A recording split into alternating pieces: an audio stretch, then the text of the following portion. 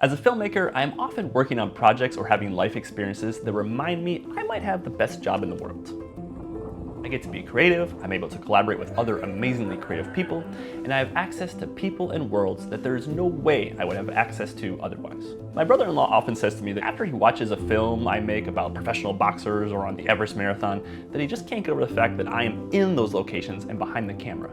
And it's true. I often have to remind myself of this fact, that becoming a filmmaker has allowed me to have a crazy variety of unique adventures and life experiences, and that's even better when I get paid to do it. Today, I want to talk about one particular project that has been my favorite well-paying commercial job over the past decade. And I want to go through the filmmaking skills and techniques that you need to be able to land jobs just like it. What's the job? It's Marriott Hotels Awards of Excellence.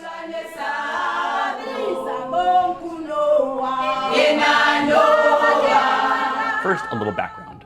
Every year, Marriott International hands out their Awards of Excellence. It's basically about a dozen Employee of the Year awards. They select the winner out of tens of thousands of employees around the world.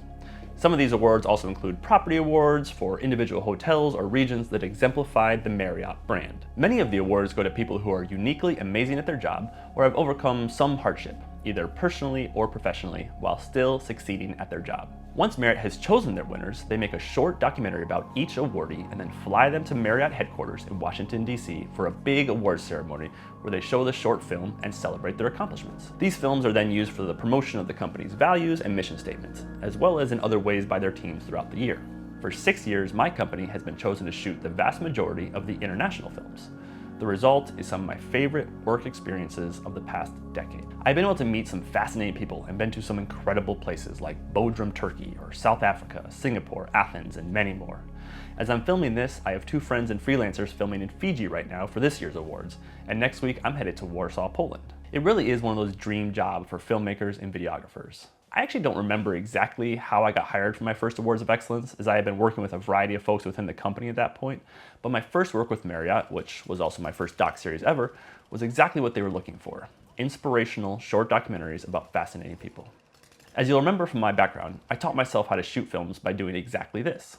So the job was a natural fit for my skill set and experience. Quite a few folks throughout the company had seen my short documentary work, so my name must have come up when the director of the Awards of Excellence program asked around for recommendations. The point is that if you consistently deliver high quality work in a genre or style that someone is looking for, they won't hesitate to hire you when the time comes, when they need someone with that specific skill set. And if you consistently do great work for companies or brands, they won't hesitate to recommend you when an opportunity arises. When I wake up every day, I might think, am I happy? The Awards of Excellence videos are what we call branded content documentaries. And branded content documentaries are meant to show real life, but in an elevated style that feels commercial. They are a mixture of nice looking interviews, elegant scenes, and storytelling that is meant to inspire or elicit some emotion. Obviously, every video needs a degree of technical expertise, but each project or film requires specific skills. Since the Awards of Excellence videos are documentary in style, they require a skill that is tailored to that genre, but with a touch of commercial elegance. So let's go through some of the skills and techniques that these types of projects require. Some of the fundamentals that I employ on these shoots are pre-production and organizational skills. This is pretty much a constant for all projects, but since we will be traveling abroad and only have a couple of days to shoot the entire film, we need to make sure we have everything scheduled out to maximize our time. The team always does a pre-interview with the awardee to learn about their life, why they won the award, and what they do day to day. This informs our filming schedule and what we're going to film when we arrive on location. These short films are very interview heavy, both with the awardee and their fellow employees, bosses, or friends. You also have very little idea where you'll be able to do the interviews until you arrive on location.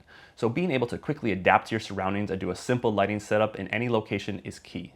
Some hotels are also much nicer than others, so you may get some really nice properties, but that's not always the case. So you've got to work with what you've got. I have often had to do these interviews in small rooms with very little gear and prep. For example, this collection of interviews was done with no lights, but just using the natural light coming through a window shade. Yet it still looks pretty great. Being able to set up a nice looking interview as quickly as possible is a great skill set to hone for those interested in short documentaries and branded content.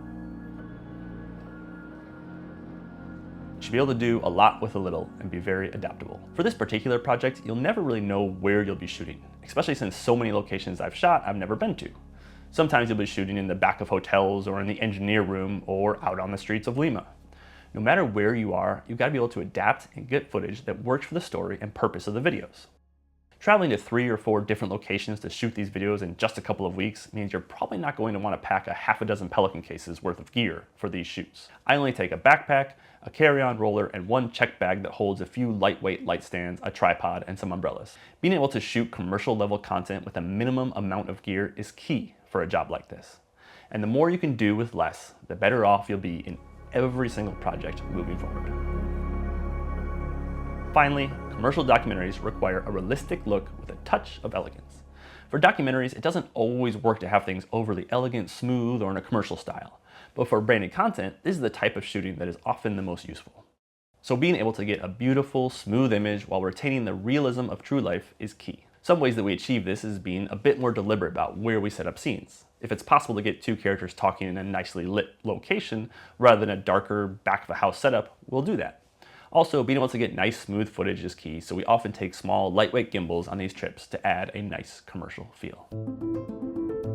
Hopefully, seeing this work example gives you a bit of inspiration as you dream about the type of work you can do in the future. There is work like this for brands and companies out there to be had, so you just always have to be striving to create work that catches someone's attention. It is jobs like this one that take you all over the world and allow you to meet fascinating people everywhere that make me love what I do and want to keep doing it.